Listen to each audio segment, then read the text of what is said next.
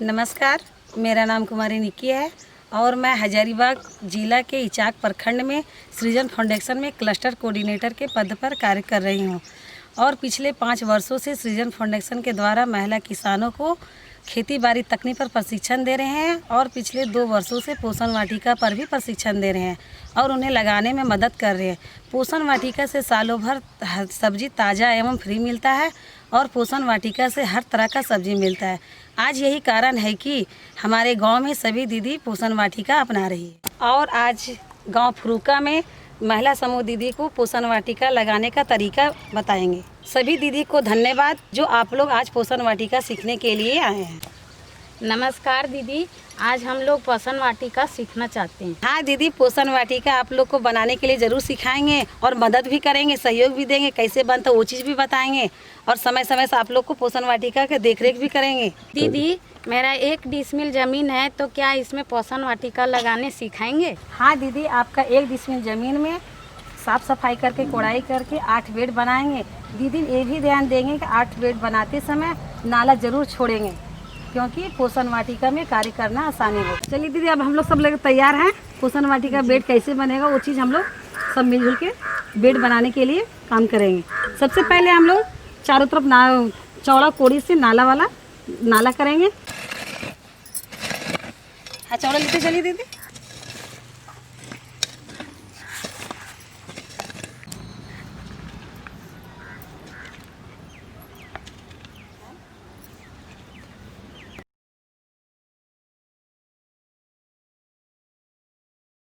दीदी, आप बोले थे कि 1 डिसमिल ज़मीन में 8 बेड बना के तैयार करना है। अब हम लोग 8 बेड बना के तैयार कर लिए, अब इसमें क्या करना है? अच्छा ठीक दीदी, हमारा 8 बेड बनकर तैयार हो गया है। इसमें 8 तरह का सब्जी लगाएंगे। 2 बेड में जड़ वाला सब्जी लगाएंगे, 2 बेड में साग सब्जी लगाएंगे और बाकी 4 बेड में फलदार सब्जी लगाएंगे। दीदी, चाहे आप जड़ वाला फसल हो, चाहे साग वाला फसल हो, चाहे फलदार फसल हो, आप अपने इच्छा अनुसार लगा सकते हैं। दीदी, 2 बेड में हम साग लगा लेते हैं, 1 बेड में गंधारी साग लगा लेते हैं, 1 बेड में पालक साग लगा लेते हैं, 1 बेड में मूली लगा लेते हैं, 1 बेड में गाजर। बाकी 4 बेड बचता है, उसमें पत्ता गोभी लगा लेते हैं, फूल गोभी लगा लेते हैं, टमाटर एवं मिर्चा। फसल का चुनाव तो बहुत अच्छा किए दीदी, लेकिन इसके पहले कुछ जरूरी और बात बताना चाहते हैं। पोषण वाटिका में रासायनिक खाद एवं रासायनिक दवा का प्रयोग नहीं करेंगे, इसकी जगह जैविक खाद एवं जैविक दवा का प्रयोग करेंगे। इसलिए नाडे पिट होना बहुत ज़रूरी है। पोषण वाटिका में एक दीदी का नाडे पिट बना हुआ है, इसी तरह सभी दीदी के पोषण वाटिका में नाडे पिट बनाना बहुत ज़रूरी है और हम नाडे खाद का प्रयोग करेंगे। दूसरी बात दीदी की पोषण वाटिका में फसल लगा रहे हैं तो सालों भर पानी नहीं रह पाता, इसलिए पोषण वाटिका अच्छा से उपज नहीं हो पाता। इसलिए हम पोषण वाटिका के बगल में जलकुंड बनाएंगे। उस जलकुंड में जैसे हाथ धोने वाला पानी, बर्तन धोने वाला जो पानी बर्बाद हो जाता है, उस जलकुंड में रख सकते हैं और जलकुंड से हम सिंचाई अपने पोषण वाटिका में करेंगे। देखिए, ये रीता दीदी के पोषण वाटिका में जलकुंड का बना हुआ है। दीदी चलिए, रीता दीदी के पोषण वाटिका में फसल का रोपाई करेंगे, लेकिन इसके पहले पौधा एवं बीज का बीजा अमृत से उपचार करेंगे। ठीक है दीदी, चलिए पौधा या बीज के उपचार करते हैं। बीज को इसलिए उपचार बीजा अमृत से किया जाता है, जो बीज सोया हुआ रहता है वो जाग जाता है और बीज जल्दी से अंकुरित आता है और जो जितने भी कीटाणु रहते हैं वो मर जाता है और जनरेशन एक जैसा अच्छा लेता है।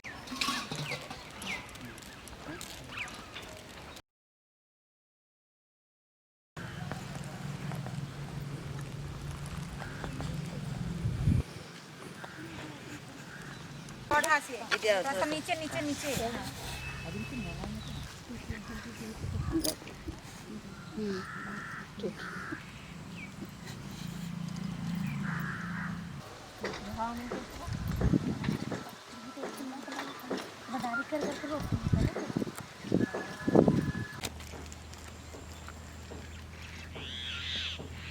इसका पूरा अंजली उठाइए।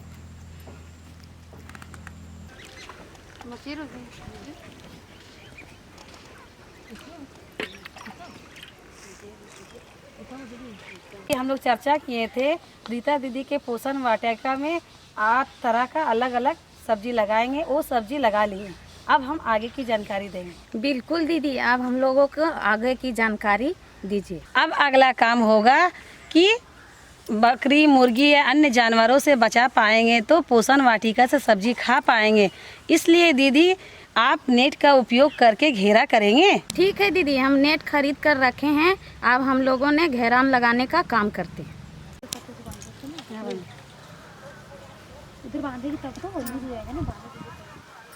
हम लोग चर्चा कर चुके थे कि ये पोषण वाटिका में घेरान करेंगे, तो हम लोग कर लिए। अब हमारा पोषण वाटिका अब सुरक्षित है।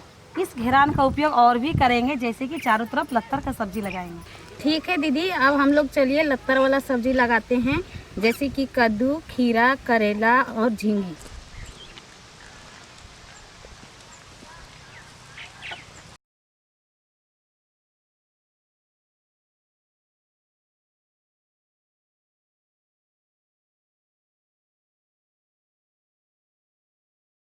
दीदी अब लत्तर वाला सब्जी भी लगा लिए, इसमें और भी कुछ करना है। सब्जियों के अलावे खान पान में फल का भी होना बहुत ज़रूरी है। इसलिए पोषण बगीचा में 2 से 3 तरह का फल का पौधा होना ज़रूरी है।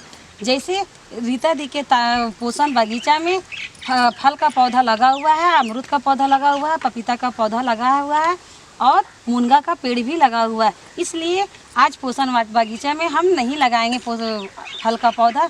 जिस दीदी का पोषण वाटिका में पेड़ नहीं लगा हो, उस दीदी का पोषण वाटिका में पेड़ लगाना बहुत ज़रूरी है। आपको बहुत बहुत धन्यवाद दीदी कि आज हमको पोषण वाटिका लगवा दिए और सभी दीदी मिल के लगवा लिए। और हम लोग का आगे की जानकारी सभी दीदी के जानना है कि पोषण वाटिका से क्या क्या फ़ायदा है। वाटिका से बहुत फ़ायदा मिलता है दीदी। पोषण वाटिका से ताज़ा सब्जी मिलती है और जो हम बाज़ार में खरीदते वो पैसा जो खर्च होता है वो पैसा बच जाता है। पोषण वाटिका से जैविक सब्जी और हरी मिलती है। पोषण वाटिका से हर रोज़ तरह तरह का सब्जी मिलता है और पोषण वाटिका से सब्जी खाने से जैसे गर्भवती महिला, धात्री माता, किशोरी बच्चे और घर के पूरे परिवार स्वस्थ रहते हैं। धन्यवाद दीदी, आपने जो हम लोग को पोषण वाटिका के बारे में बताया। छोटी सी पोषण वाटिका में थोड़ी सी मेहनत में हम लोग साल भर हरी सब्जियां, ताज़ी सब्जियां खा सकते हैं। संजू दीदी, इस पोषण वाटिका में कम मेहनत से ज़्यादा फायदा मिलता है। इसलिए हर दीदी को पोषण वाटिका अपनाना चाहिए और पोषण वाटिका अपने घर में, गांव में, अगल बगल पोषण वाटिका बनाने में मदद करनी चाहिए। धन्यवाद दीदी। धन्यवाद दीदी।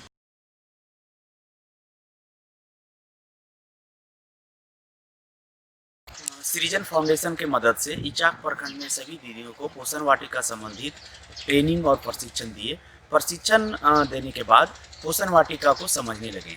पोषण वाटिका का प्रशिक्षण देने एवं अभ्यास कराने समय काफ़ी परेशानी हुई। पहले दीदी लोग पोषण वाटिका को अपनाने एग्री नहीं थी, लेकिन धीरे धीरे ट्रेनिंग के बाद और अभ्यास कराने के बाद में ये पोषण वाटिका दीदी अपनाने लगी हैं और सभी दीदी बोलने लगी हैं कि पोषण वाटिका से बहुत फ़ायदा है।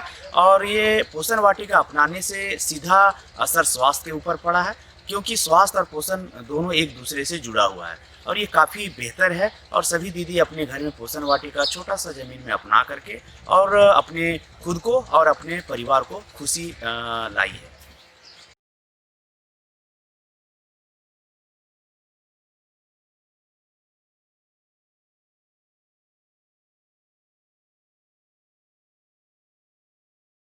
उसमें धान की खेती, आलू की खेती, प्याज और बरसात में मकई लगाते हैं। सिंचाई की सुविधा नहीं होने के कारण हम लोग 1 साल की जगह में 6 महीना ही खेती करते हैं और बाकी बाज़ार से खरीद कर ही खाते हैं। एक सप्ताह में 400 से 500 रुपये लगता है। जब बाज़ार से सब्ज़ी लाते हैं तो सुबह होते होते आधी सब्ज़ी गल जाती है। सब्ज़ी महंगा होने के कारण बड़ी बेटी के समय काफ़ी परेशानी हुई थी। पौष्टिक आहार नहीं ले पाते थे। 4 बार का जगह में 2 ही बार खाते थे।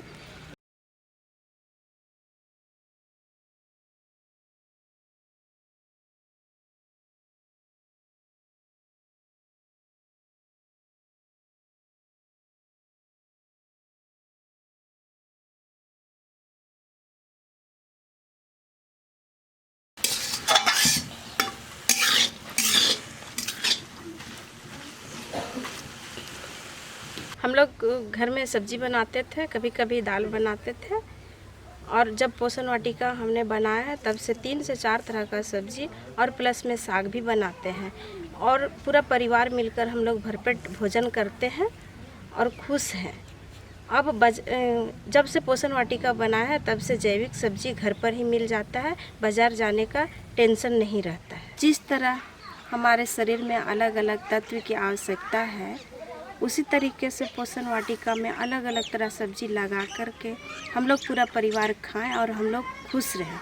उसी तरीके से हम चाहते हैं कि अगल बगल में अपना अपना थोड़ा थोड़ा बारी में तरह तरह का सब्जी लगाएं और खाकर खुश रहें। अनीता दीदी के द्वारा बताया गया कि महिला खुद अपने घर के आसपास के ज़मीन का चयन करती है और उन्हें हम लोग पोषण वाटिका लगाने का विधि बताते हैं और किस जगह जलकुल होना चाहिए और किस जगह फल का पौधा होना चाहिए। झारखंड राज्य में लगभग 70% बच्चे कुपोषित हैं और इसका एक मुख्य वजह है कि जो गर्भावस्था के दौरान महिलाओं को पर्याप्त पौष्टिक भोजन मिलना चाहिए वो नहीं मिल पा रहा है।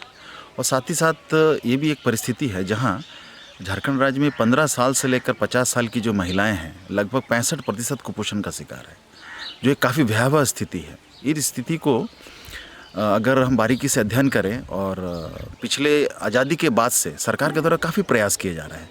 इन प्रयासों के बावजूद भी जो गांव-गांव के अंतिम घरों तक, अंतिम समुदाय तक जो संदेश पहुंचना था कुपोषण को दूर करने के लिए, वो नहीं हो पाया है। तो इन सभी बातों को ध्यान में रखते हुए सृजन फाउंडेशन एक बीड़ा उठाया है और आज वो SCL फाउंडेशन की मदद से एक कार्यक्रम चला रही है जिसका नाम है महिला सशक्तिकरण, और जिसके में महिलाओं को कृषि शिक्षा के माध्यम से उनको आर्थिक रूप से सशक्त किया जाए और उनको घर घर में भोजन की उपलब्धता सुनिश्चित सालों भर तक सुनिश्चित किया जा सके। और आज सृजन फाउंडेशन लगभग 5000 महिलाओं के साथ काम कर रही हैं हजारीबाग और पश्चिम सिंहभूम जिले में, जहां लगभग पोषण वाटिका जैसे मॉडल को लेके काम कर रहे हैं और आज खुशहाल घर दिखने को मिल रहा है, लोगों के स्वास्थ्य स्थिति में सुधार हो रही है।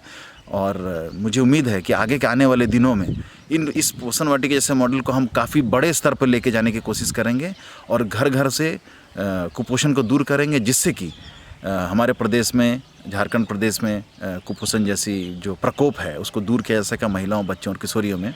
और हमें उम्मीद है कि ये कार्यक्रम हमें सफल बनाएगी और समुदाय का पूरा सहयोग मिलेगा। और आज हम जिस तरीके से कार्य कर रहे हैं, इस पोषण वाटिका को हम लोग इस मॉडल को आगे लेके चल रहे हैं, आने वाले दिनों में एक बहुत बेहतर परिणाम हमारे प्रदेश में सामने आएगा।